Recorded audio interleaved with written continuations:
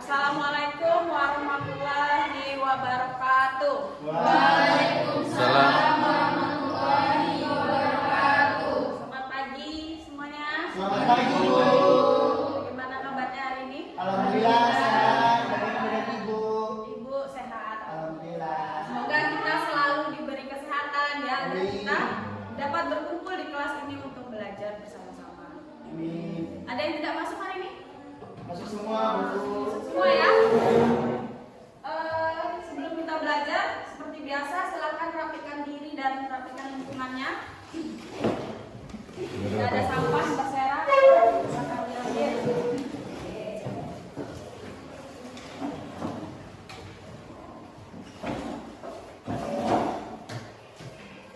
Sudah rapi? Sudah rapi, silakan ketua kelasnya pimpin untuk berdoa ya.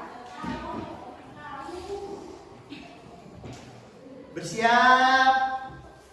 Sebelum memulai pembelajaran pada pagi hari ini, baiknya kita berdoa menurut agama dan kepercayaan masing-masing. Berdoa mulai.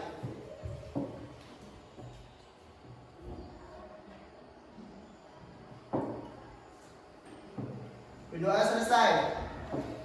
Beri salam. Selamat pagi, Bu. Assalamualaikum warahmatullahi wabarakatuh. Selamat pagi, waalaikumsalam warahmatullahi wabarakatuh.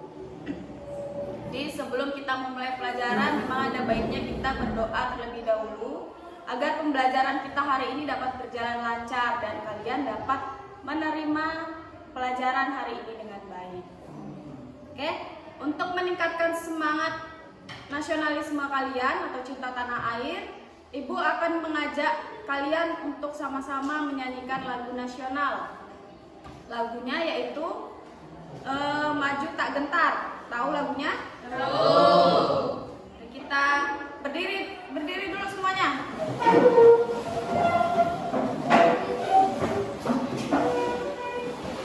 Mari kita nyanyikan bersama-sama.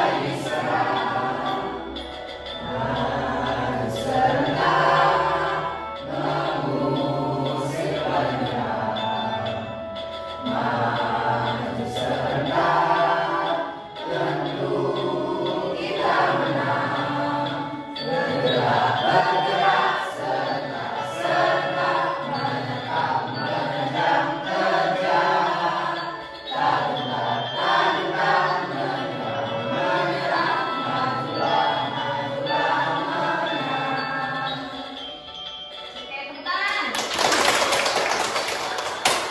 Semangat belajar ya. Sekarang duduk kembali.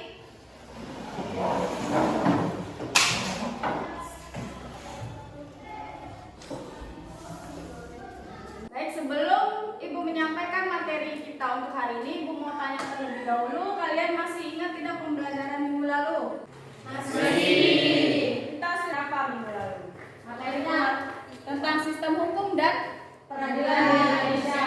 Apa saja yang sudah kalian pelajari minggu lalu? Pengertian sistem hukum, Ya, sistem hukum, sifat dan fungsi hukum, fungsi hukum, penggolongan hukum. penggolongan hukum. Sudah paham ya materi minggu lalu? Sekarang kita masih tetap dalam bab sistem hukum dan peradilan di Indonesia ya. Untuk sebabnya silakan dibaca bersama-sama. Sistem peradilan di Indonesia. Pengertian peradilan nasional. Lembaga-lembaga peradilan di Indonesia. Tingkatan peradilan di Indonesia. Jadi inilah materi kita pada pagi hari ini. Untuk tujuan pembelajarannya, setelah kalian melalui pembelajaran hari ini, yaitu kalian menggunakan model discovery learning. Jadi kalian itu nanti menemukan sendiri jawaban atas suatu pertanyaan. Nah, setelah kalian pembelajaran hari ini kalian dapat menjelaskan pengertian peradilan, kemudian menganalisis tentang sistem peradilan di Indonesia dan menyajikan hasil analisis mengenai sistem peradilan di Indonesia. Jadi nanti kalian akan ibu bagi ke dalam kelompok, kalian akan menemukan atau berdiskusi ya mengenai sistem peradilan di Indonesia. Kemudian untuk penilaiannya seperti biasa di dalam pelajaran PPKN ini ada 3 penilaian. Ada penilaian sikap, kemudian penilaian pengetahuan dan penilaian keterampilan. Penilaian sikap itu ibu nilai dari sikap kalian selama pembelajaran, dari pengamatan ibu. Kemudian kalau nilai pengetahuan itu dari nilai tugas kalian, kemudian nilai ulangan yang bentuknya itu uraian. Kemudian nilai keterampilan itu ibu ambil dari diskusi dan presentasi kalian. Bagaimana kalian berdiskusi dengan teman-teman kalian, kemudian bagaimana kalian menyajikan hasil diskusinya. Seperti itu. Paham ya? Paham. Oke, kalau sudah paham, kita langsung masuk ke materi. Sebelumnya ibu mau tanya dulu, apakah kalian pernah melihat persidangan? Nonton di mana? Di televisi ya. Kasus apa yang kalian pernah nonton? Sambo. Ya. Nah itu mereka itu melakukan apa di sana? Persidangannya untuk mencari keadilan. Nah di mana mereka itu melakukan kegiatan tersebut? Pengadilan. Ya bagus sekali. Nah sekarang ibu mau tanya, kira-kira peradilan dan pengadilan itu sama atau tidak? Beda. Jadi ada peradilan dan pengadilan. Apa bedanya? Siapa yang berani? Coba Rahmat. Jika peradilan itu adalah proses di mana kita mendapatkan sebuah keadilan. Pengadilan adalah tempat di mana kita mendapatkan sebuah keadilan tersebut, tempat terjadinya proses mencari keadilan. Tepuk tangan untuk Rahmat ya. Nah, Jadi peradilan dan pengadilan itu berbeda ya. Kalau peradilan itu adalah prosesnya dalam mencari suatu keadilan. Nah, sedangkan pengadilan itu adalah ya, atau lembaganya ya, tempat dilaksanakannya sistem peradilan tersebut. Udah paham ya? Sudah. Kemudian materi selanjutnya yaitu mengenai lembaga-lembaga peradilan yang ada di Indonesia. Kalian masih ingat pelajaran kita kelas 10 mengenai lembaga yudikatif? Apa itu lembaga yudikatif? Ya, lembaga yang menjalankan kekuasaan kehakiman. Ada siapa saja di lembaga yudikatif itu? Mahkamah Agung dan Mahkamah Konstitusi. Ada yang masih ingat perbedaan Mahkamah Agung dan Mahkamah Konstitusi? Saya Bu. Baik, silakan Sasa. Mahkamah Agung itu menguji peraturan perundang-undangan di bawah undang-undang. Ya. Dan kalau Mahkamah Konstitusi itu menguji undang-undang terhadap Undang-Undang Dasar Negara Republik Indonesia tahun 1945. Tepuk tangan untuk Sasa. Ada yang bisa menambahkan lagi? Tambahan sedikit untuk Mahkamah Konstitusi, Bu. Ya, silakan Okta. Mahkamah Konstitusi itu mengutus ini sengketa hasil pemilu. Ya. Ada lagi? Sudah. Tepuk tangan untuk Okta. Betul ya apa yang dijelaskan teman kalian tadi, bahwa kalau Mahkamah Agung itu dia tugasnya menguji peraturan di bawah undang-undang. Sedangkan Mahkamah Konstitusi menguji undang-undang dasar, menguji undang-undang terhadap Undang-Undang Dasar Negara Republik Indonesia tahun 1945.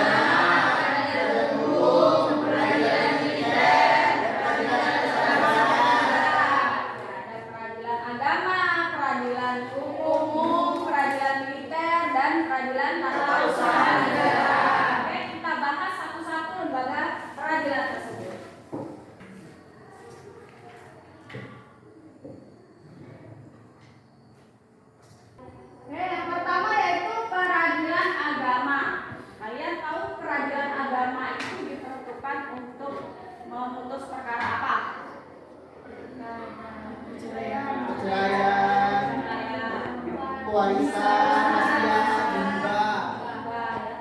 Kemudian peradilan agama itu diperuntukkan untuk siapa? Masyarakat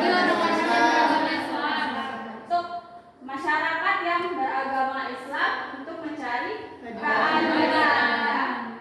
Nah, contohnya tadi seperti perceraian, kemudian apa lagi? Warisan, wasiat, kemudian infak, wakaf, gitu yang seluruhnya itu menggunakan hukum Islam. Nah, kemudian yang selanjutnya adalah peradilan umum. Peradilan umum ini bagaimana? Untuk siapa? Masyarakat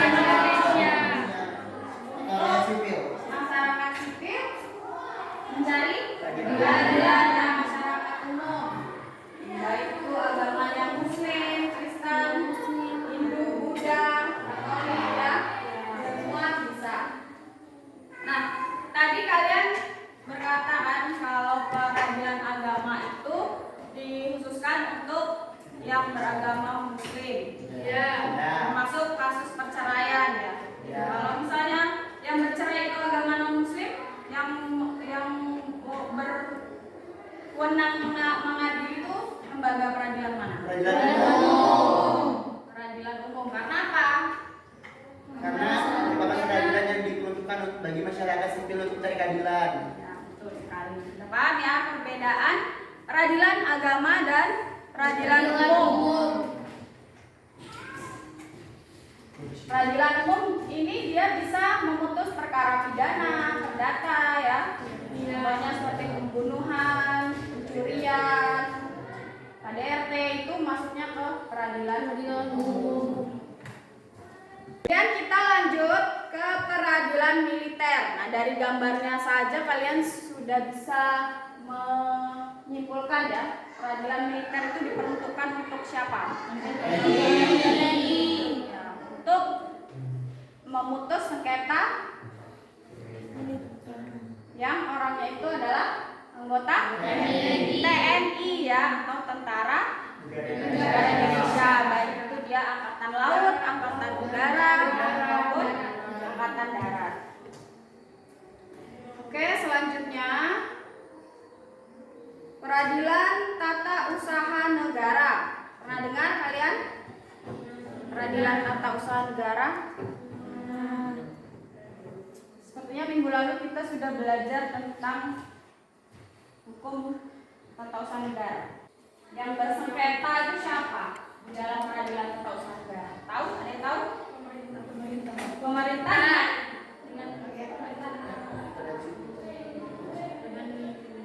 Dengan siapa? Pemerintah dengan masyarakat, rakyat sipil, ya. Contohnya bagaimana? Misalnya contoh sederhana saja. Misalnya kalian ingin membuat KTP, tetapi pejabat yang berwenang mengeluarkan KTP itu tidak mau mengeluarkan KTP kalian. Nah, kalian itu bisa menuntut hal itu ke peradilan tata usaha negara.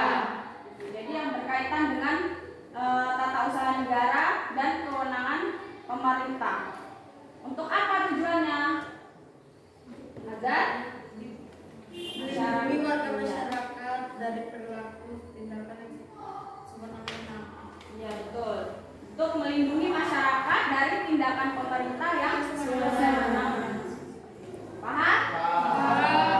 Oke. Jadi itu tadi ya 4 peradilan yang termasuk dalam wewenang Mahkamah Agung. Sudah paham? Sudah. Ada yang ditanyakan dari materi kita? Saya Bu, Ya, silakan Rahmat. mengapa putusan pengadilan berbeda-beda pada saat mengusut kasus yang sama? Pertanyaan yang sangat bagus ya dari Rahmat. Beri tepuk tangan. Jadi kenapa hakim itu memutuskan suatu perkara itu bisa hukumannya berbeda-beda seperti ya, walaupun perkaranya sama. Nah, Ibu mau tanya dulu kepada kalian. Kalian tahu arti dari keadilan? Atau adil? Kira-kira keadilan itu seperti apa? Apakah sama rata? Sama.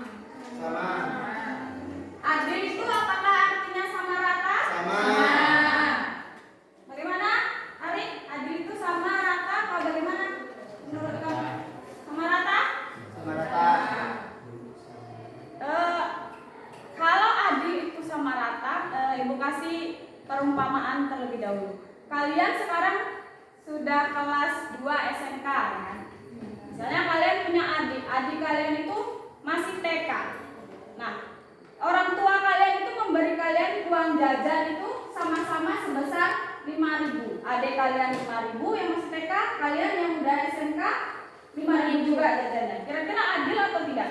Tidak adil kan? Pasti kebutuhan kalian itu lebih banyak daripada adik kalian yang masih TK. Kalian aja pulangnya sore, sedangkan adik kalian jam 10 itu bisa sudah pulang. Nah, jadi artinya adil itu sama rata atau tidak? Tidak. Tidak ya. Jadi apa itu adil itu? Adil itu sesuai dengan porsinya masing-masing. Ya, betul sekali tangan. Jadi adil itu memberikan sesuatu sesuai dengan porsinya. Nah, kita hubungkan dengan putusan hakim tadi. Walaupun suatu perkaranya itu sama, misalnya sama-sama mencuri seperti itu, tapi hakim di situ melihat faktor-faktor lain untuk memutus beratnya hukuman. Misalnya seperti keadaan untuk apa dia itu mencuri itu. Misalnya ada ibu-ibu yang mencuri susu untuk menghidupi anaknya yang masih kecil, sedangkan suaminya sudah tidak ada. Seperti itu. Dia terpaksa mencuri. Kemudian dibandingkan dengan orang yang mencuri uang rakyat untuk kekayaannya, untuk memperbanyak kekayaannya. Itu kan berbeda ya. Jadi hakim itu bisa memutus suatu perkara itu dengan berbeda-beda tergantung faktor-faktor keadaan dari kasus tersebut. Paham? Paham. Makasih Bu. Sama-sama.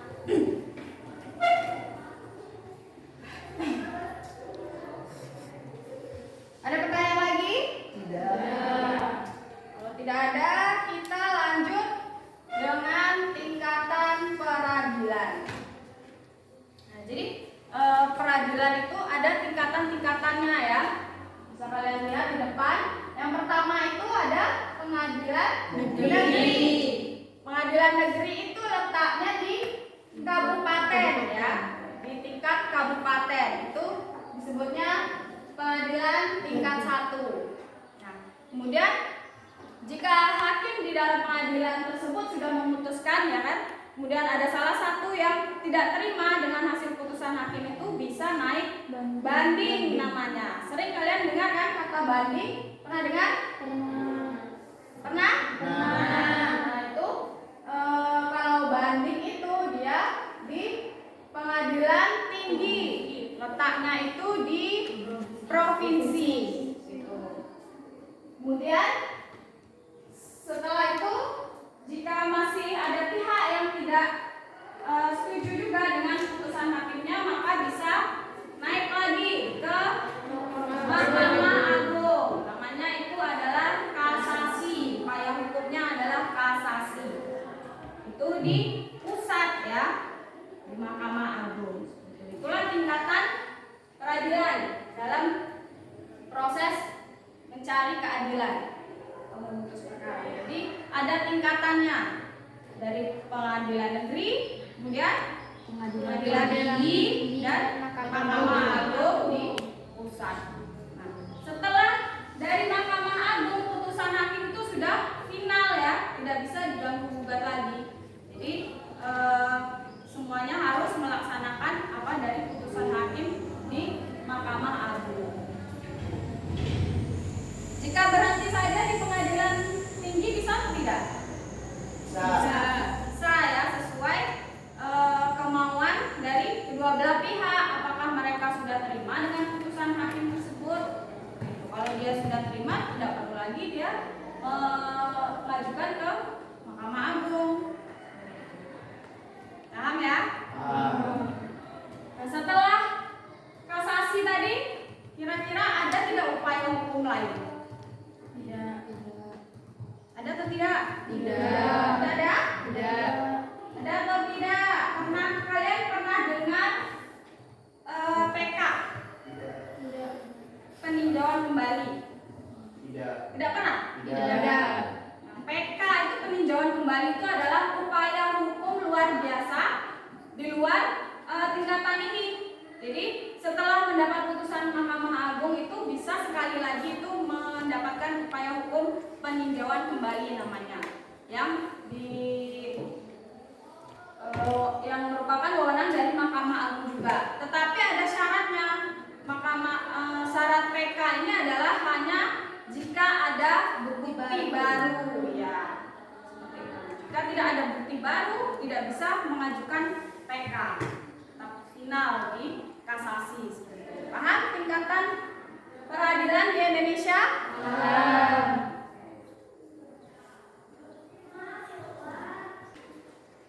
Sudah paham terhadap materi kita? Sudah. Kalau sudah paham, Ibu akan bagi kalian menjadi kelompok. Kemudian nanti Ibu kasih masing-masing kelompok itu suatu kasus. Nah, kalian analisis kasusnya. Apakah kasus tersebut masuk kewenangan pengadilan agama, atau peradilan umum, peradilan militer, atau peradilan PT UN. Nah, nanti silakan kalian berdiskusi dengan kelompok kalian. Sebelumnya Ibu bagi kelompok dulu. Kelompok yang pertama ada Rahmat, Puput, Jana, Indah, dan Andin. Kelompok kedua Salsa, Arif, Devi, Laras, dan Yesiel. Kelompok ketiga Heni, Arif, Okta, Adit, dan Fauzan. Nah, sekarang silakan kalian duduk sesuai kelompoknya masing-masing. Nanti Ibu akan berikan tugasnya pada kalian.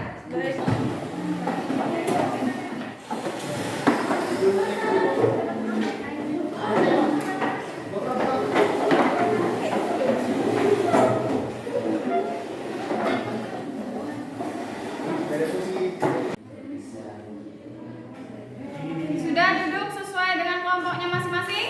Sudah. Oke, jadi untuk tugasnya sudah Ibu kirim ke dalam grup kelas kita. Silakan dibuka LKPD-nya. Di situ ada kasus-kasus hukum ya. Kalian sudah Ibu bagikan satu-satu. Coba dibuka itu untuk kelompok Rahmat itu kasusnya apa? ADRT Resti Bilal. Ya. Kemudian untuk kelompok Salsa?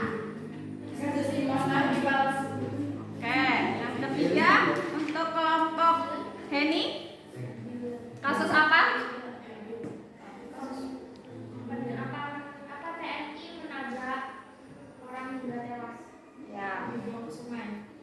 Silakan kalian analisis kasus tersebut termasuk wewenang lembaga peradilan yang mana. Nah, nanti kalian silakan susun presentasi yang bagus ya.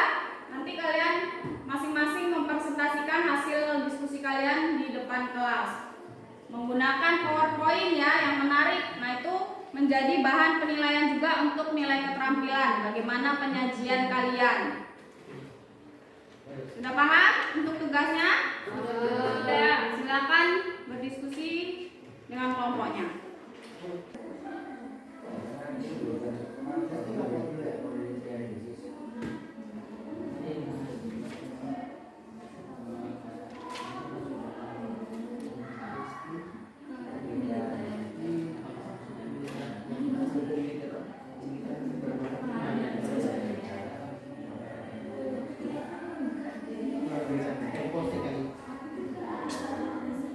Prosedur pertama.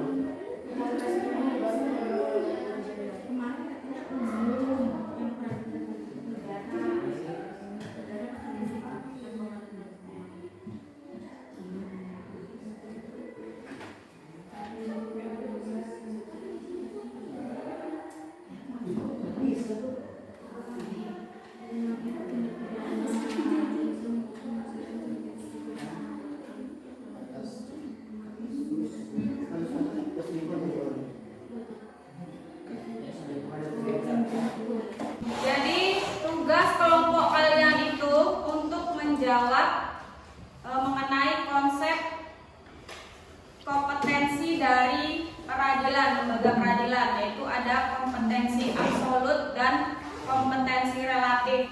Jadi kalian mencari mengenai konsep ini.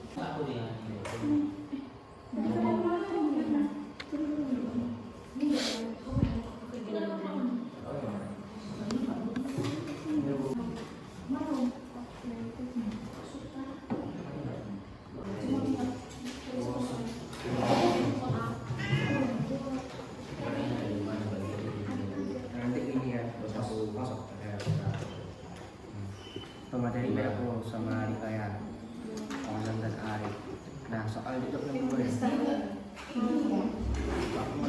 Nanti kok gini lah, ini kami teman-teman berpatokan segini kan, terus materinya akan disampaikan oleh teman kami gitu.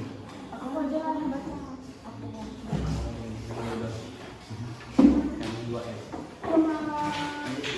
Kalau kita perkenalkan dulu semuanya ya kan. Karena kami di sini akan membacakan materi mengenai sini. Ini bendera satu orang. Oh, siapa moderator? Baru kita ekspresi juga. Nah, di sini kami beranggotakan 5 orang. Pertama ada Nah, kemudian kan berbeda pos. Nah, selanjutnya Bapak bilang gini. Oke, materinya akan disampaikan oleh teman-teman kita.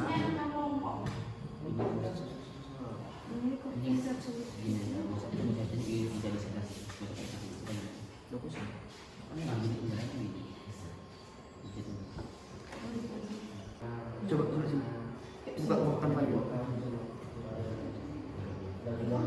Latihan dulu.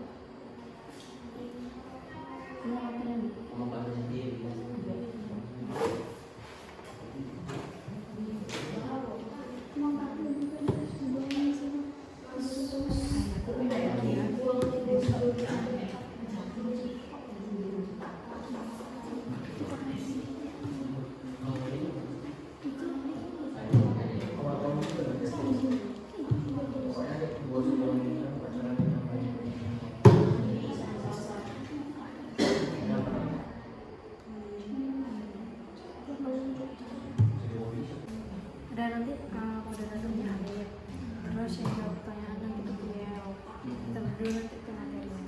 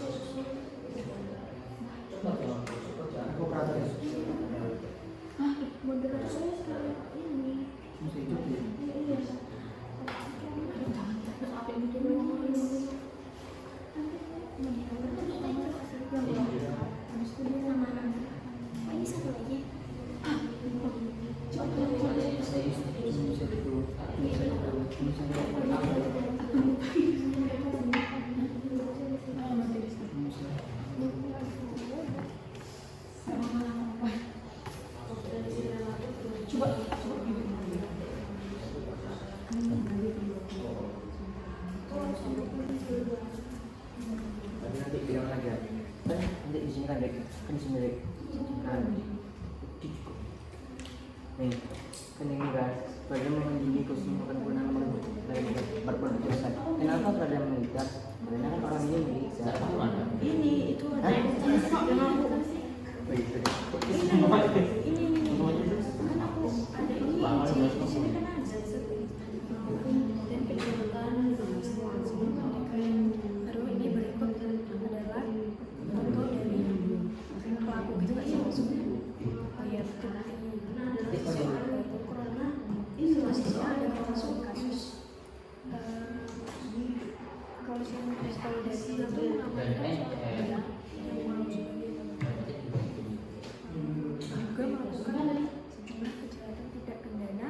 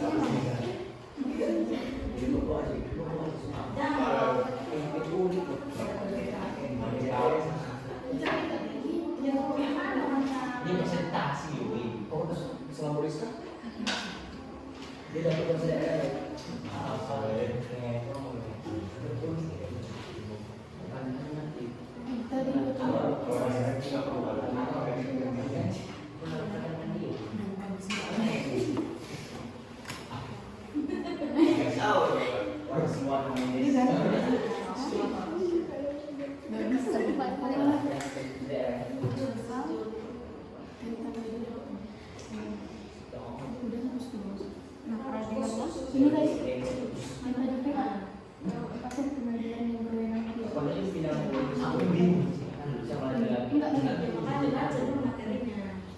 Bukan, alurnya.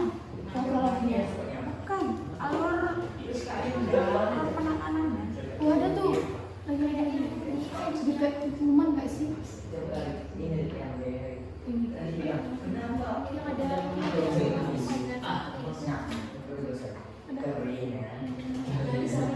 ada sih. Sebenarnya Di sini ada. itu kan dia melaporkannya di mana? Di sini. Dia melaporkannya di mana? Di apa di kota?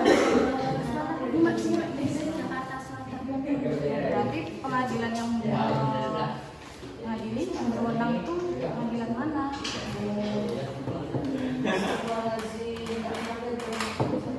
Yang utamanya di mana?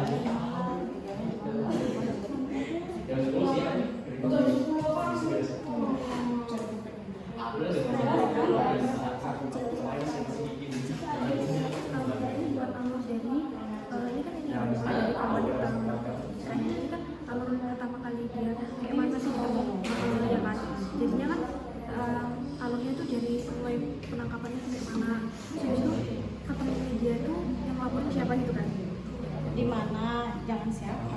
Kalau pelaku nggak usah kalau korban nggak usah disebutkan.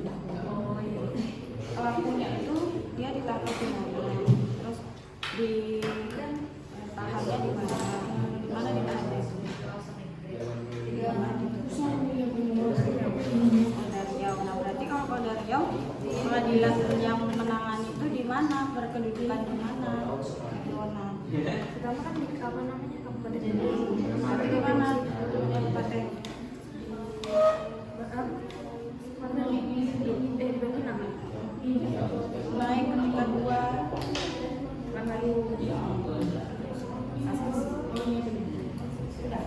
Jadi buat di situ.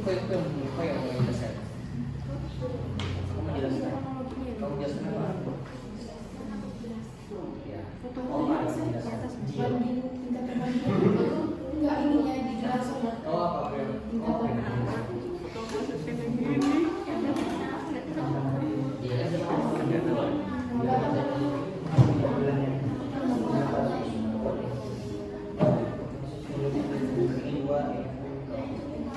Nah, ini dilanjutkan lagi alurnya. berarti Amina taruh sini aja Di bawahnya aja. terus dan selanjutnya Kenapa kok di Gampang? Di pengadilan itu.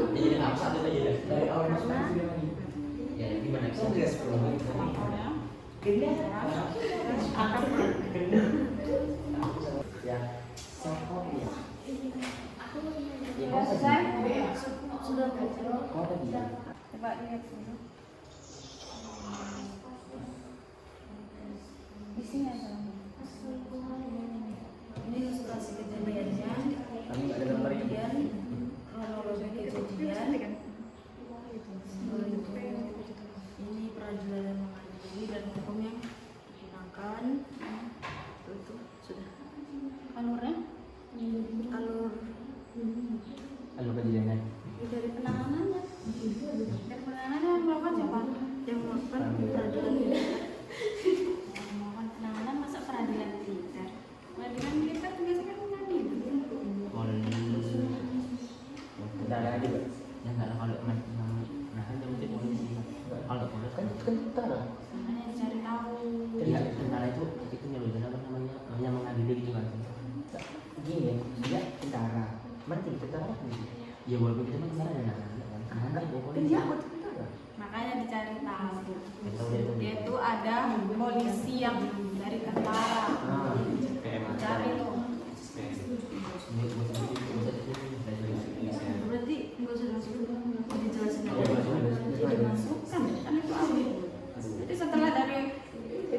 ditahan polisi terus diadili di mana? Kan kita belajar tingkatan peradilan.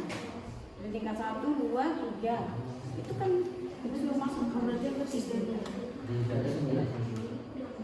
Berarti ini nanti ditambah. Tambahin kata.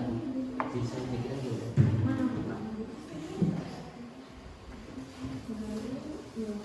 Oh, Pablo, kau punya tulisan. Iya, saat ini.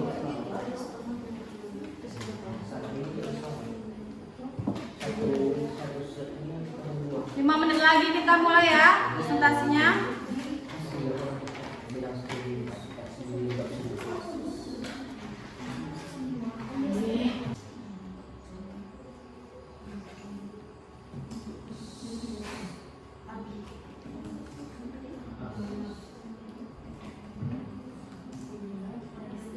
Sudah selesai? Sekarang udah bikin flash disk. Oh iya, file PowerPoint-nya silakan dimasukkan flash disk ya. Nanti kita tampilkan menggunakan laptop ibu saja.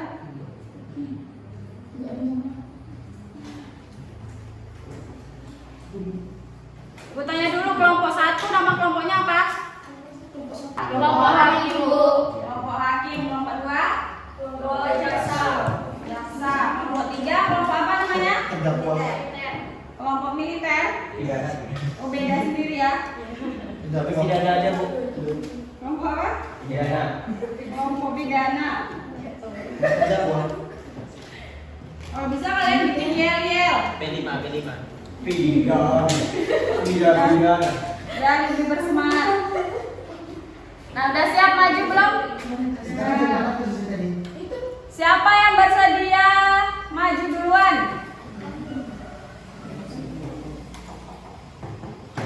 Ayo, siapa yang suka rela maju duluan kelompok mana? Apa ibu tunjuk? Iya, Bu. Ya, ada. Ibu, jika menggunakan laptop sendiri itu nggak apa-apa, soalnya ini karena langsung PPT bukan video. Pakai Oh, coba ini, Bu. menggunakan link. Pakai laptop sendiri. Kelompok hakim duluan ya? Iya. Silakan maju. Mulai kalau perhatikan ya, berikan tanggapan kepada kelompok yang maju. Dah, kelompok hakim sudah siap persiapannya? Sudah, Bu. Minimal senyum lah. Silakan Menurut lu.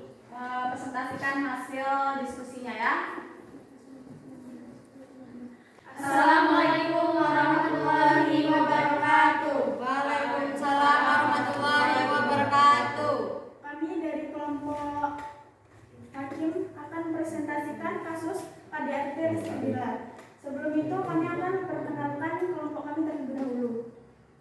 Saya Andini Putriananta, saya Francisca Putra Madani, Saya Ina Nurmaisa. dan saya Pinjana Olivia. Saya Malaysia Putra. Kami dari kelompok hakim akan menjelaskan kasus KDRT Rizky Bilar yang akan dibawakan oleh Muhammad Adi Saputra. Melanjutkan dari Francisca Putri, jadi di sini saya akan menyampaikan sedikit kronologi tentang kejadian KDRT Rizky dan Bilar. Kronologi dari kasus korban. Dari kasus korban yaitu Lesti dan terlapor Rizky yang merupakan suami istri dan terlapor ketahuan berselingkuh di belakang korban. Usai kejadian KDRT itu, Lesti kemudian meminta agar dirinya dipulangkan ke rumah orang tuanya. Namun permintaan itu justru menyulut emosi Rizky hingga sang suami melakukan tindakan kekerasan. Pengadilan apa sih yang dapat menghakimi kasus Lesti dan Bilar ini? Nah, jadi di sini adalah pengadilan umum. Setelah kami membaca dari berbagai sumber, kami dapat menyimpulkan bahwa kasus KDRT ini masuk ke dalam pengadilan umum karena ini merupakan tindakan kekerasan dalam rumah tangga. Nah, di samping itu, kami juga memberitahukan bahwa peradilan umum adalah sebuah pelaksanaan kekuasaan dalam kehakiman untuk masyarakat sipil yang mencari keadilan.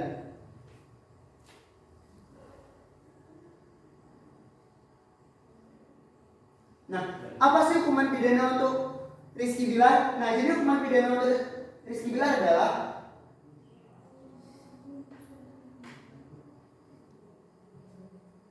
pertama kami akan menyampaikan itu hukum pidana. Hukum pidana adalah satu norma atau aturan hukum yang mengatur perbuatan manusia yang isinya dapat berupa larangan ataupun keharusan melakukan perbuatan tertentu dan terdapat ancaman hukuman pidana di dalamnya. Aturan-aturan hukum pidana beserta sanksinya dapat kita lihat pada kitab undang-undang pidana atau KUHP, dan dapat pula kita lihat dalam peraturan undang-undang lainnya yang terdapat sanksi pidana.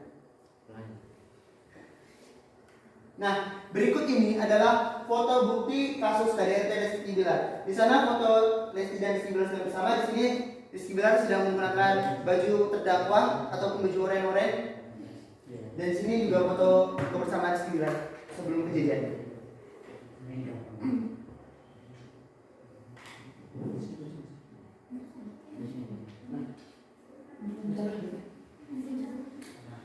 Contoh undang-undang. Undang-Undang Nomor 23 Tahun 2004 tentang kekerasan rumah tangga. Alusnya, hukum pidana adalah hukum publik karena untuk mempertahankan atau menjalankan hukum tersebut, negara terlibat di dalamnya. Keterlibatan negara ini secara aktif artinya tanpa diminta oleh pihak-pihak bersangkutan. Contohnya seperti polisi yang melakukan penyidikan dan penyelidikan setelah adanya laporan. Setelah itu polisi akan memberikan berkas perkara pada kejaksaan dan diadili oleh peradilan negeri sampai tingkat kasasi di MK atau Mahkamah Agung. Mahkamah Konstitusi.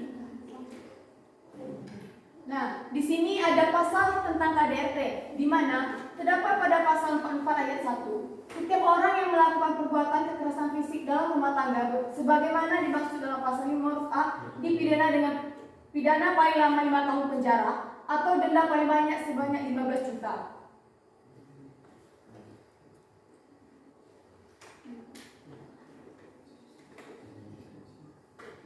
Nah, di sini ada tingkatan peradilan dalam hukum KDRT. Yang pertama yaitu Lesti melaporkan Bilar ke Polres Metro Jakarta Selatan atas kasus perselingkuhan dan KDRT-nya. 2. Setelah melaporkan ke Polda, Lesti lalu melaporkan kembali ke Polda Metro Jaya untuk diusut kasusnya.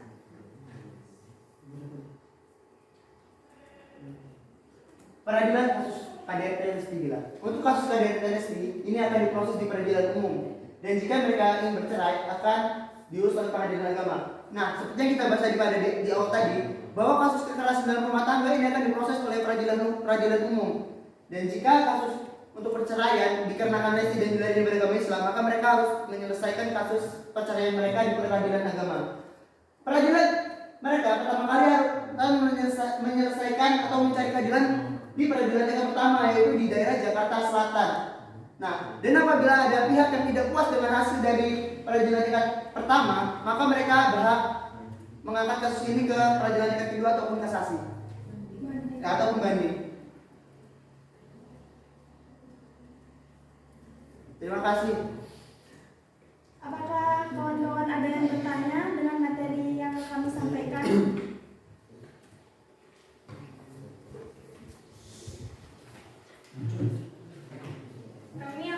Kami dari kelompok jaksa ingin memberi tanggapan serta pertanyaan untuk kelompok hakim.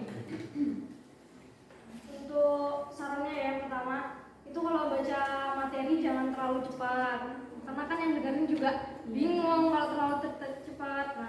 Nah untuk pertanyaannya itu bagaimana bentuk perlindungan terhadap korban KDRT?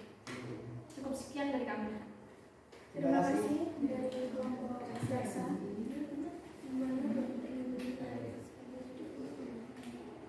Oke, kami dari kelompok pidana. Pidana kan sih. Nah, kan gini. Nah, kan Rizky Bilar kan kemarin ditangkap kan. Betul. Kemarin kan ditangkap kan. Terus kan sekarang dibebaskan tuh gimana tuh cara untuk pengadilan itu tuh? Diapakan nanti? Paham kan? Bagus. Oh ya, sarannya nggak usah semua lah yang baca materinya. Pusing banget. Apakah mau menanyakan bagaimana itu presentasi kelompok kami? Untuk ini ya, memperbaiki tadi kalian ada menyebutkan Mahkamah Konstitusi. Nah, itu kewenangan dari mana Mahkamah Konstitusi? Sedangkan ini kan termasuk peradilan umum, ini kan termasuk kewenangan Mahkamah Agung, bukan Mahkamah Konstitusi. Itu salah ketik kah atau salah ketik ya? Itu nanti diperbaiki. Kemudian yang mengenai tadi dari Rahmat mengatakan Bilar menggunakan baju terdakwa. Nah itu posisinya Bilar di situ belum terdakwa, masih tersangka. Nanti kalau udah masuk ke pengadilan baru namanya berubah menjadi terdakwa. Nah, tingkatannya tadi kurang kasasi ya. Kemudian untuk PowerPoint-nya itu tulisannya terlalu kecil ya, bisa diperbesar lagi. Terima kasih Bu sarannya. Baiklah, di sini kami meminta izin untuk mendiskusikan pertanyaan dari kelompok-kelompok lain.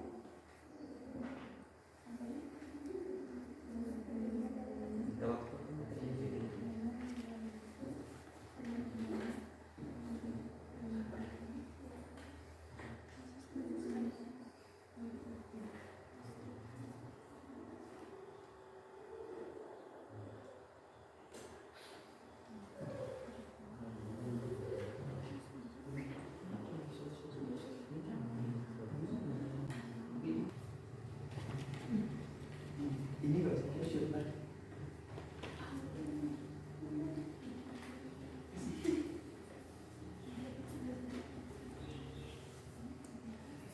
Baik, di sini saya akan menjawab pertanyaan dari kelompok jaksa. Bagaimana bentuk perlindungan dari kasus KDRT? Yang pertama, perlindungan dari pihak keluarga, kepolisian, kejaksaan, pengadilan, advokat, lembaga sosial atau pihak lainnya, baik sementara maupun berdasarkan penetapan perintah perlindungan dari pengadilan. Gimana tanggapannya? Oke. Yang kedua dari kelompok militer. Pertanyaannya kan, Lesti mencabut laporan KDRT. Bagaimana tanggapan hakim terhadap Bilar? Jawabannya itu karena KDRT termasuk tindak pidana aduan dan mereka memutuskan berdamai. Jadi kasusnya tidak sampai ke pengadilan. Gimana? Ya, makasih.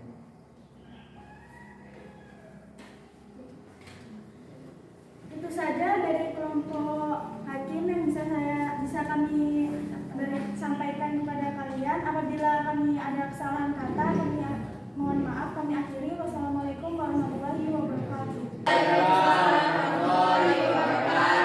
Tepuk tangan untuk kelompok hakim. Lawan kembali.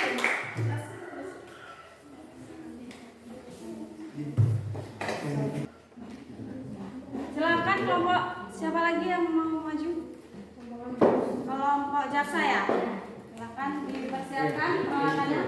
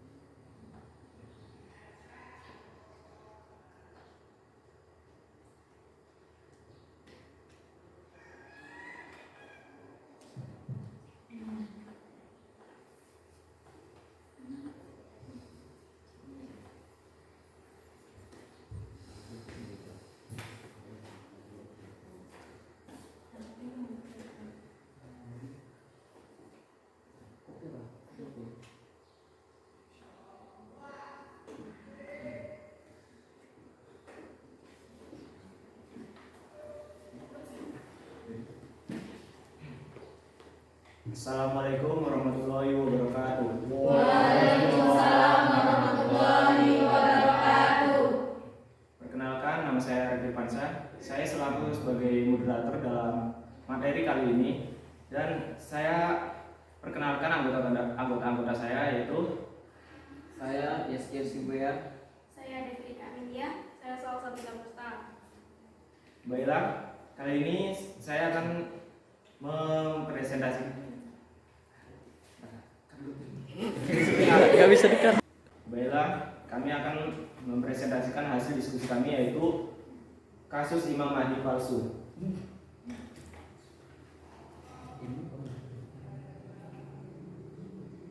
Baik teman-teman, saya akan mempersilahkan sebagai penyampaian materi, yaitu Salsa.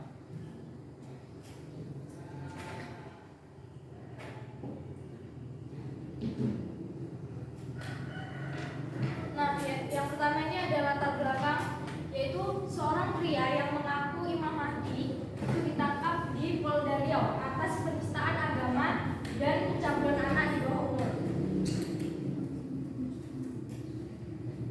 Dan berikut adalah gambar dari tersangka kasus Imam Mahdi. Dan ini adalah kronologi dari kasus Imam Mahdi. Polda Riau itu mengamankan seorang pria mengaku sebagai Imam Mahdi. Pria tersebut berusia 32 tahun. Diduga melakukan sejumlah kejahatan tindak pidana, di antaranya penistaan agama, penyebaran berita bohong, perlindungan terhadap anak, hingga penyalahgunaan narkoba.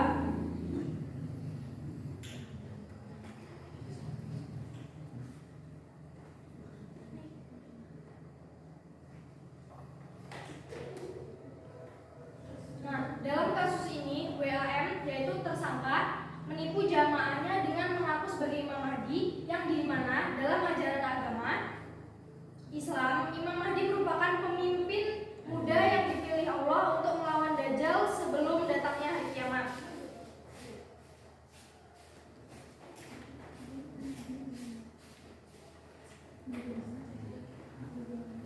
Setelah melakukan riset dari berbagai sumber, kasus Imam Mahdi palsu di Riau ini termasuk kewenangan dari peradilan umum. Karena kasus ini termasuk dalam kasus ini dalam tindak pidana penipuan. Selain itu, pelaku melakukan tindak pidana pelecehan karena menikahi anak di bawah umur tanpa akad nikah yang sah menurut agama.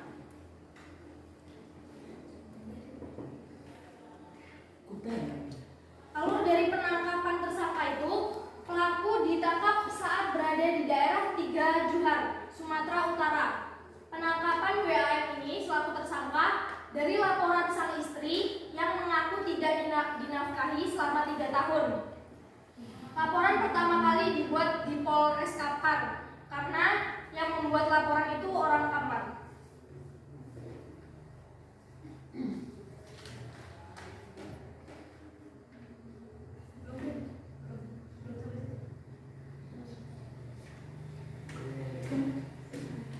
Hukum yang digunakan dalam kasus ini itu adalah hukum pidana, Kitab Undang-Undang Hukum Pidana. Pelaku dapat dijerat pasal yaitu tindak pidana penipuan dan perlindungan terhadap anak. Dasar hukum penipuan itu pasal 378 KUHP dengan ancaman hukuman 4 tahun penjara dan hukuman pelecehan seksual terhadap anak itu 15 tahun penjara.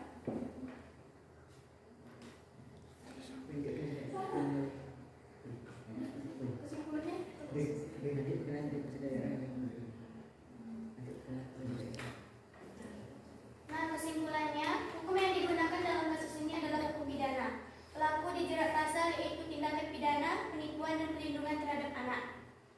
Untuk hukumannya, tindakan penipuan itu 4 tahun penjara, sedangkan hukuman tindakan pelecehan seksual itu terhadap anak dikenakan 5 tahun penjara. 15 tahun penjara. Bella, kami dari kelompok jaksa dalam penyampaian materi kali ini, apakah teman-teman sekalian ingin bertanya? Kami bang. Ya, dari kelompok berapa? Kelompok pidana. Oke.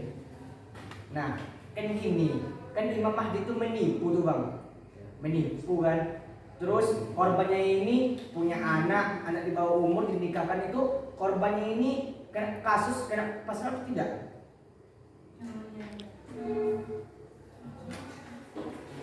Ya, orang itu juga itu kena pasal nggak bang?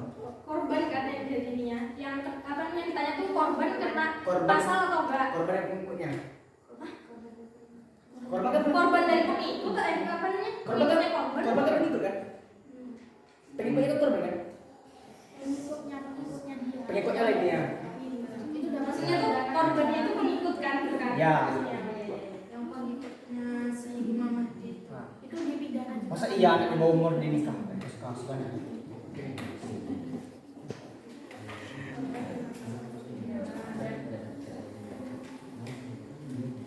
Apakah dari kelompok lain ingin bertanya juga dari materi ini?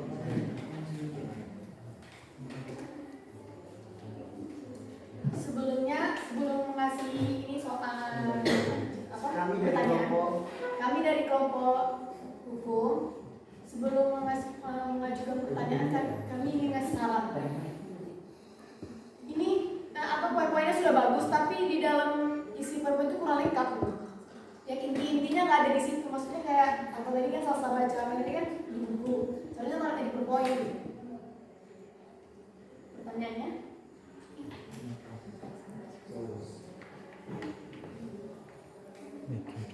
Pertanyaannya adalah, kan tadi kan berbicara soal korban, tadi kan ada banyak korbannya dia tuh. Nah, dengan banyak korban itu apakah hakim bisa menambahkan hukuman bagi tersangka atau tidak? Baik, terima kasih dari kelompok. Menambahkan apa? Masa pidana.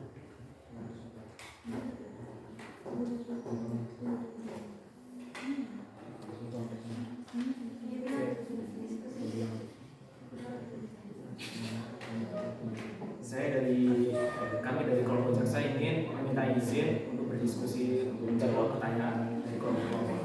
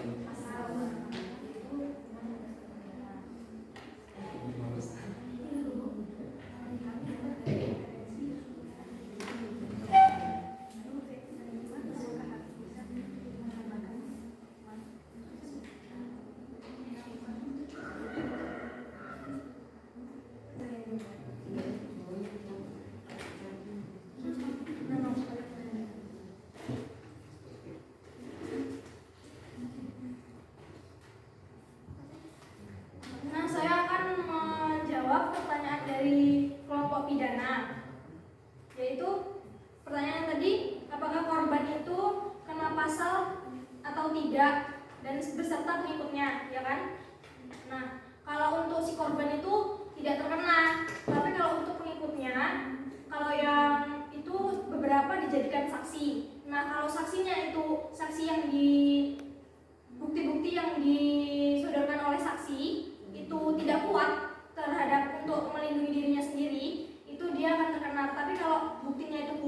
bahwa dia tidak ikut serta dalam pelecehan anak dan penyebaran berita bohong ini, nah itu dia bisa terkena.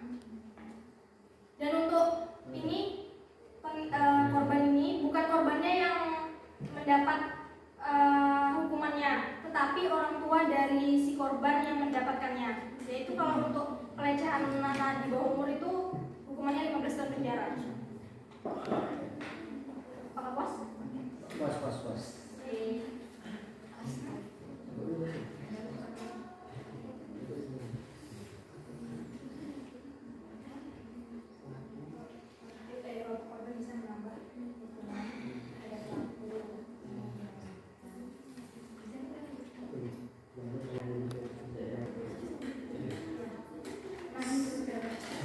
Nah, untuk pertanyaan dari kelompok kami akan menjawab pertanyaan dari kelompok hakim atau hukum? Hakim. Nah, untuk hakim itu bisa memberatkan tersangka untuk hukumannya, karena kan hukuman itu sesuai porsi yang didapat, porsi kejahatan oleh si pelaku. Kalau misalnya untuk korban itu bisa dijadikan bukti sebagai penambah hukuman bagi si tersangka. Berarti itu bisa jadi bahan pertimbangan untuk hakim memutuskan hukuman.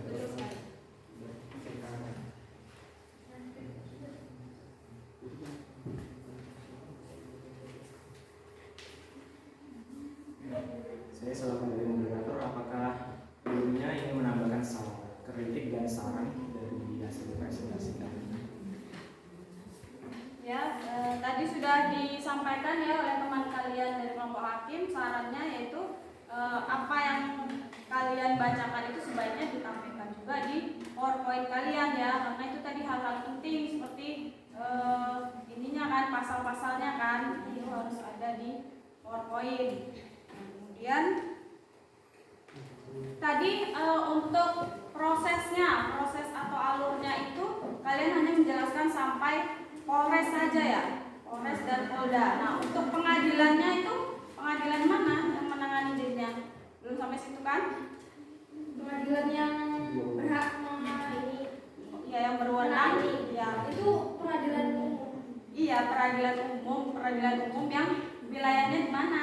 Itu tadi belum kalian sampaikan. Nah, ya kan? Di mana? Itu di untuk menanganinya itu di Kapolda, yaitu di kabupaten yang terletak di Bangkinang. Kalau Polda itu di provinsi. Terus kalau ini Bangkinang tahu Polres.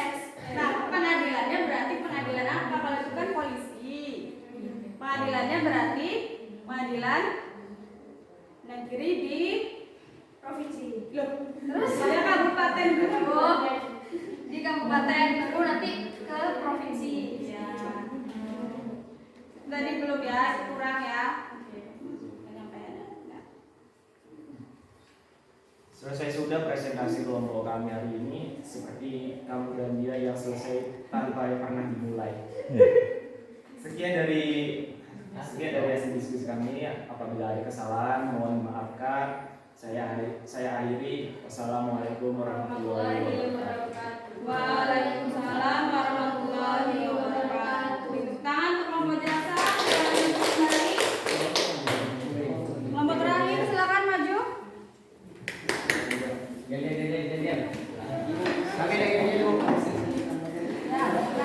Orang juga dulu.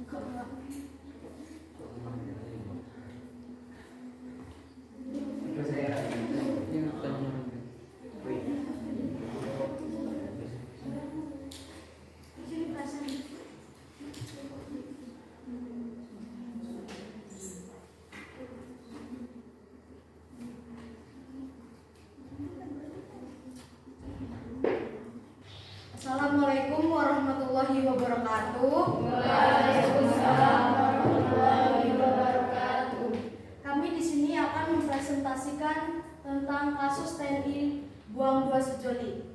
Sebelumnya, kami akan memperkenalkan nama-nama kelompok. Perkenalkan, nama saya Aditya Sandi. Dan nama saya Fauzan Azaki. Lalu nama saya Tika Arif Rahman. Dan pertama nama saya Hedi Cahyani. Begitupun saya sendiri Octavia Dewi Ramadhani. Berikut ini materi akan dijelaskan oleh teman saya Denny dan Fauzan. Padanya dipersilakan. Baik, di sini ada kronologi kejadiannya itu. Kasus kecelakaan lalu lintas itu menewaskan 2 sejoli di kawasan Nagreg. 3 orang anggota TNI itu Angkatan Darat yang terlibat dalam kecelakaan tersebut itu membuang jenazah ke sungai dan tidak mau bertanggung jawab.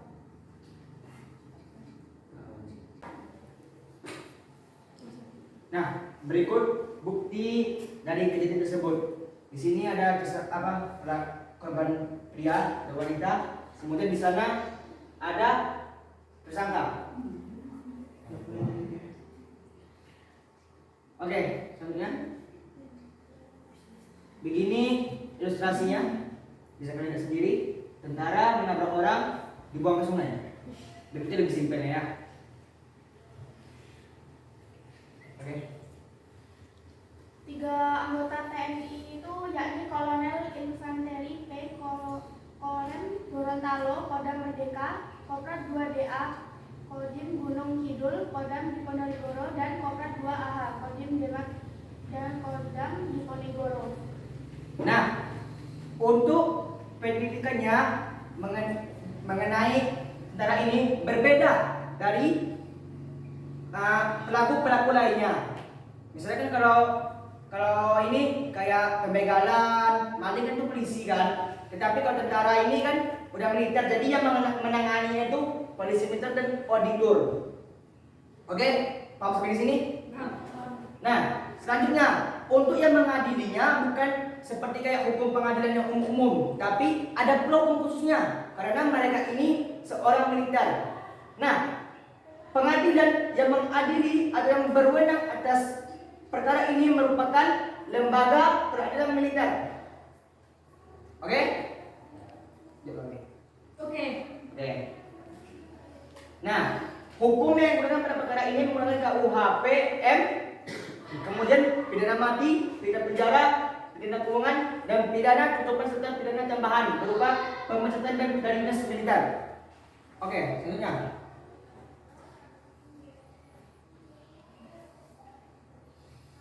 Dan di sini ada contoh undang-undang peradilan militer itu terhadap tindakan pidana yang dilakukan oleh anggota TNI, maka ketentuannya merujuk pada Undang-Undang Nomor 31 1997 tentang peradilan militer. Nah, untuk kasus mereka tersebut, mereka terkena 2 pasal. Yang pertama, pasal 340 KUHP. Berikut bunyinya, dan yang kedua, pasal 310 dan 312. Oke, selanjutnya.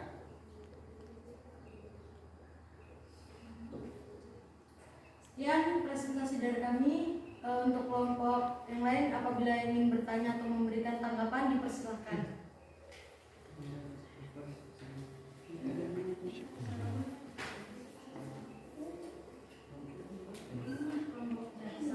Kami dari kelompok jaksa ingin bertanya, mengapa bagi anggota militer diperlukan hukum pidana militer?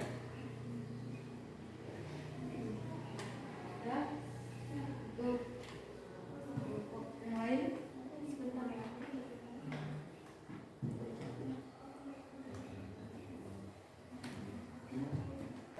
Dan kami dari kelompok ini ingin memberi pertanyaan untuk kelompok militer ya. Salah, kanan. Pidana ya. Tahanan. Tadi kan pelakunya ada 3 orang kan. Ya. Jadi tempat penugasannya itu berbeda-beda. Ya kan? Nah, jadi pertanyaannya, pengadilan militer di daerah mana yang berhak mengadilinya? Di daerah mana? Yes, Apa dia?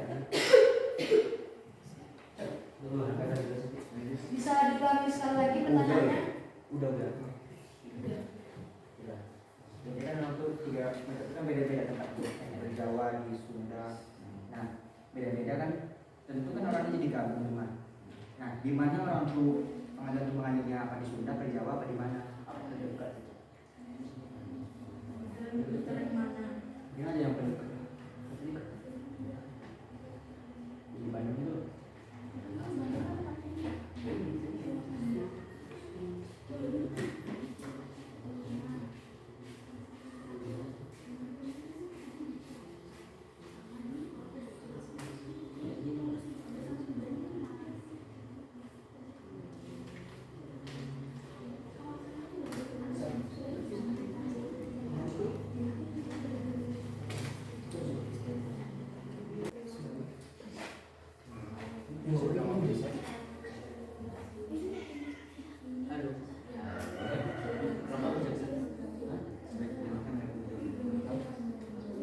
Kelompok jaksa, saya akan menjawab pertanyaan dari kelompok jaksa.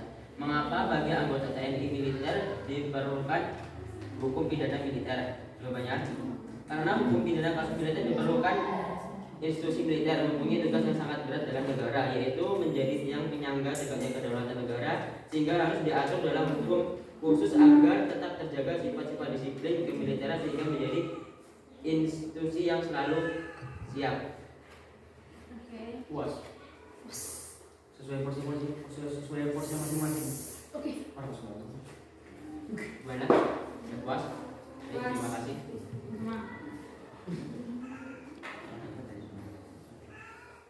Kan orang ini beda-beda tuh. Karena dari orang itu tempat ini beda-beda tempat apa tempat beda-beda.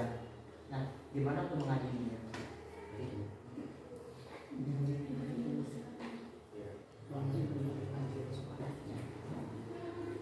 Ya, kelompok apa tadi namanya? Kelompok hakim. Oke. Pertanyaannya tadi kan ada 3 orang tentaranya itu. Tugasnya masing-masing kan, daerah masing-masing. Jadi di mana pengadilan itu dilakukan kan? Iya. Di tempatnya masing-masing. Mereka Di tempat dia bertugas masing-masing. Misalnya kayak contoh nih ya, yang tentara AB nih tugasnya di Solo. Jadi di ngadili itu di Solo. Paham? Terima kasih atas pertanyaan dari kelompok yang lain. Kepada Bu Nia, apabila ada yang ingin disampaikan, kritik ataupun saran, dipersilahkan. Ya, sudah bagus presentasinya dan materinya. Tadi katanya mau ada yel-yel, kok nggak jadi? Berani malu. Kenapa pula malu? Coba terus. Udah, kurangnya tadi ya, benar pertanyaan dari kelompok hakim ya. Pengadilan yang menangani itu kedudukannya di mana? Nah, kalau kelompok kalian tadi menjawab sesuai tempat tugasnya masing-masing. Nah, harusnya kamu juga memberikan tempat ini pelaku ini. Kenapa kamu mencontohkan yang lain? Harusnya kamu ya ini tadi pelaku siapa tuh Kolonel P itu tempat tugasnya di mana?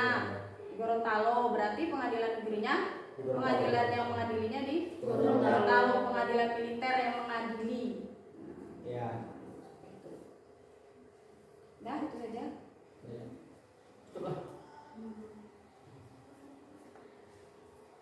Mungkin cukup sekian presentasi dari kami. Kurang lebihnya mohon maaf karena kesempurnaan hanya milik Tuhan semata. Kami tutup. Assalamualaikum warahmatullahi wabarakatuh. Waalaikumsalam warahmatullahi wabarakatuh. Beri tangan untuk kelompok.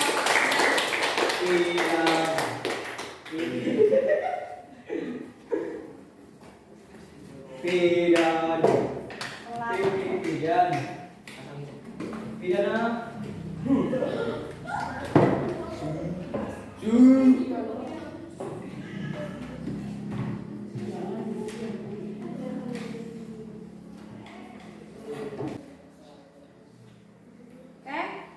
Presentasi kalian sudah cukup baik ya.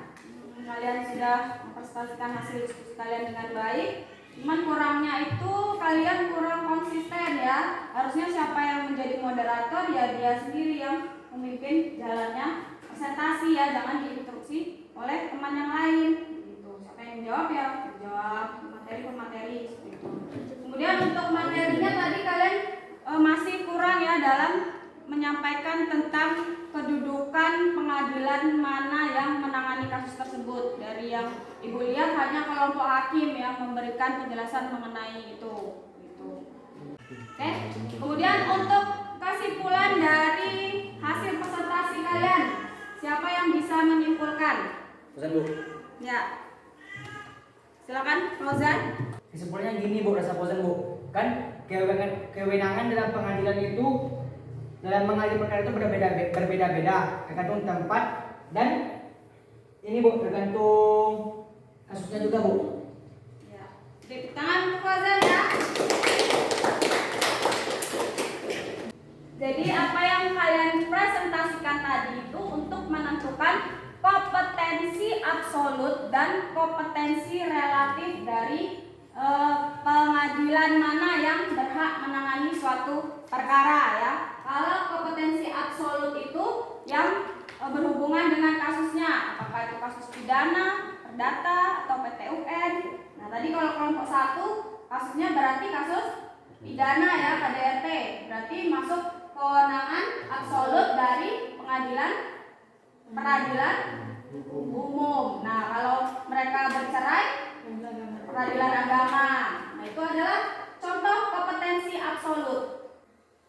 Kemudian kompetensi relatif itu berhubungan dengan wilayah atau kedudukan dari pengadilan ya. Seperti di kelompok jaksa tadi, pelapornya itu adalah orang Kampar ya. Jadi pengadilan yang berhak menangani kasus tersebut adalah pengadilan yang berkedudukan di Kabupaten Kampar. Itu Pengadilan Negeri Kampar. Gitu. Nah, kemudian tingkatannya kalau banding berarti di tingkat provinsi ya. Kalau di tempat kita berarti di Riau. Kemudian tingkat kasasi itu di Mahkamah Agung. Nah, itulah ya yang kalian temukan pada pembelajaran kali ini ya. Sudah paham sampai sini? Silakan kembali ke tempat duduknya masing-masing.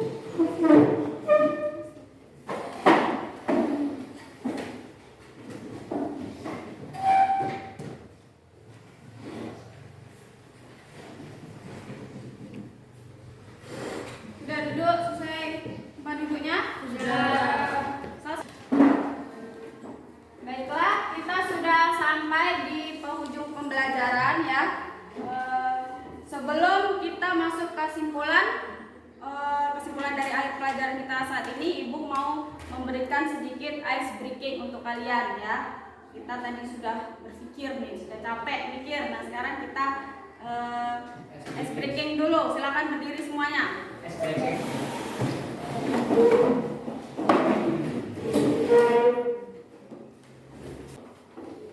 Ya, aturan main ice breakingnya kita bermain dengan tangan ya, tepuk tangan. Nah, kalau Ibu bilang pagi, tepuk sekali.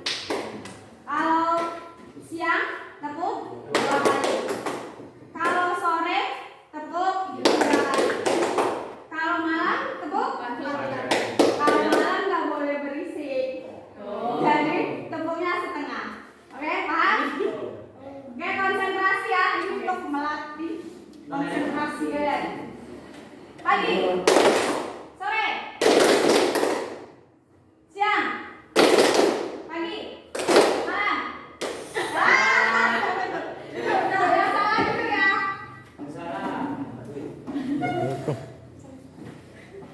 Pagi,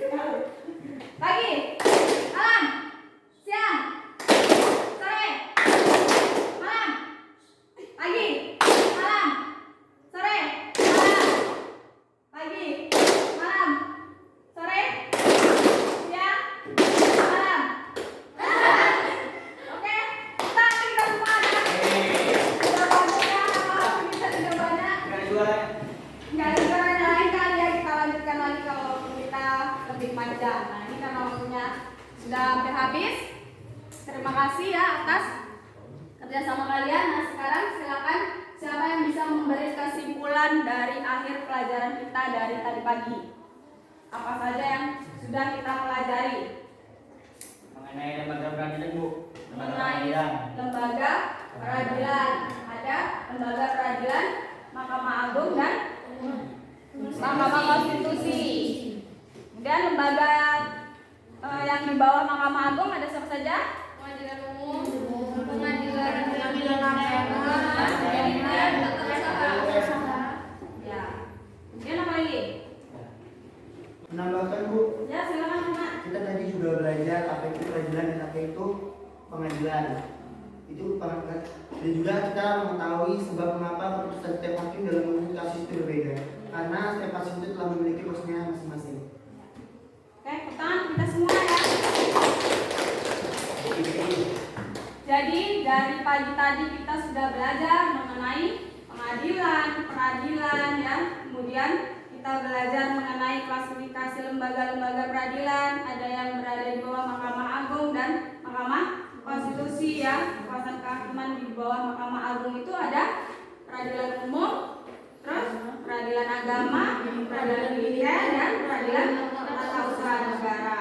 Kemudian kalian tadi juga sudah menemukan ya, sudah mencari jawaban. Nah, pengadilan mana yang menangani suatu kasus ya? Apakah itu pengadilan agama, umum, peradilan militer atau peradilan tata usaha negara? Nah, itu yang dinamakan kompetensi absolut dari suatu lembaga peradilan. Nah, kemudian kalian juga tadi sudah menemukan mengenai kompetensi relatif. Kompetensi relatif itu berkaitan dengan kedudukan wilayah di mana suatu peradilan itu berada ya. Peradilan mana yang berhak menangani kasus tersebut. Tentu saja pembelajaran kita hari ini. Sekarang Ibu mau merefleksikan dulu pelajaran kita hari ini. Bagaimana perasaan kalian mengikuti pelajaran hari ini? Kenapa senangnya? Karena kita mengetahui hal yang kita ketahui. Karena Menambah pengetahuan ilmu baru. Mengetahui hal yang kita ketahui. senang nggak belajar hukum? Oh, senang. Senang ya. Jadi manfaatnya apa kalian mempelajari ini? Besok kalau bicara apa? Dapat lebih hati-hati mengetahui dalam dapat mengetahui pengadilan apa Ya, yang Bu. menangani Ada di sekolah sekolah bidang bisa tahu kita. Iya, ya. Jadi siapa tahu kan kita atau keluarga kita memiliki kasus ya kan, kasus hukum. Nah kita tahu nih kita mau ke pengadilan mana, ke peradilan mana gitu. Terus target kalian ke depannya mau apa setelah belajar ini, setelah tahu pelajaran hari ini? Targetnya apa? Ubud? Jadi malu. Jadi hakim, Bu. Apa? Mau jadi hakim? Ya bagus, bagus itu ya. Kalian kalau mau jadi hakim itu harus kuliah hukum dulu. Nah pelajaran hari ini itu sebenarnya pelajaran ibu ketika kuliah ya. Ibu dulu kuliahnya hukum. Nah itu udah pelajaran yang luar biasa kalau kalian sudah mengetahui pelajaran ini. Gitu. Oh ya, untuk mengukur tingkat pemahaman kalian mengikuti pembelajaran hari ini, silakan kalian buka kembali LKPD-nya yang di WA group tadi. Di situ sudah Ibu tuliskan beberapa soal ya. Silakan kalian kerjakan. Itu evaluasi kita pada pembelajaran hari ini. Keluarkan buku tulisnya. Silakan dikerjakan ya.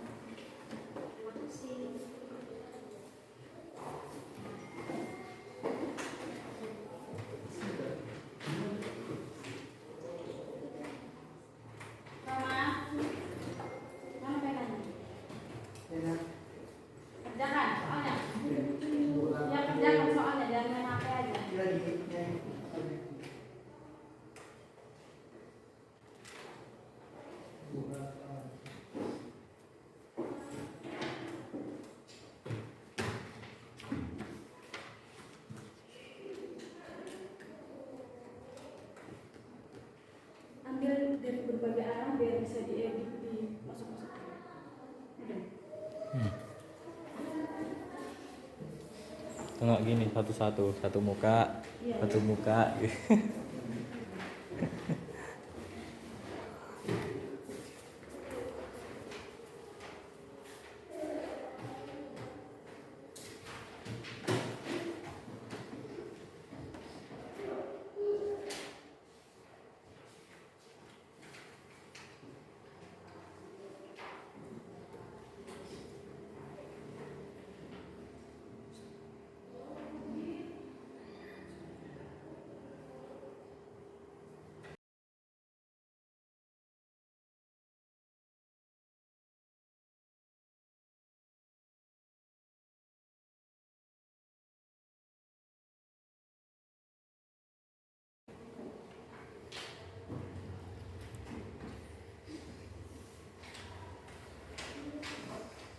Kerjakan sendiri ya.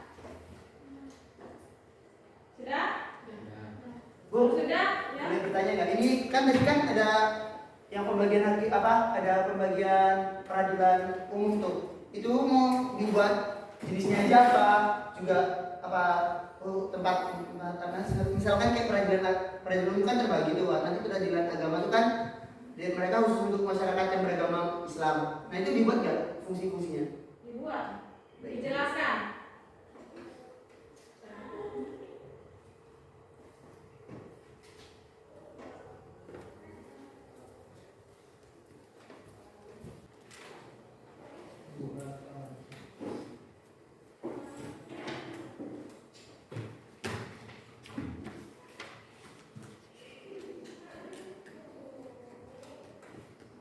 Sudah selesai? Sudah. Kalau sudah silakan ketua kelasnya bantu ibu untuk mengumpulkan buku teman-teman kalian ya.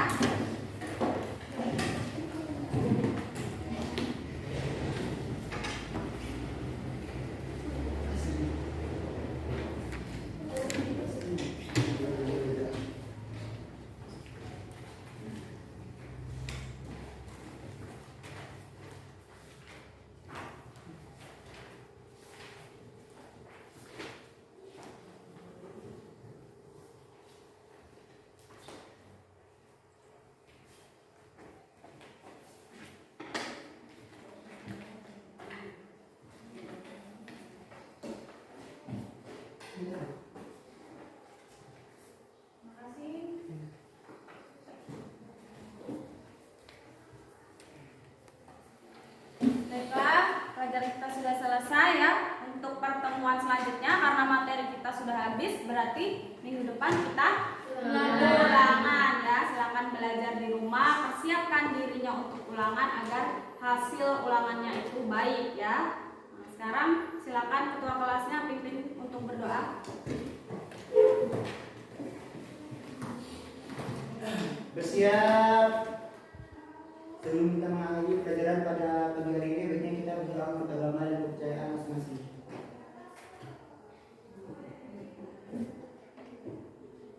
Berdoa selesai.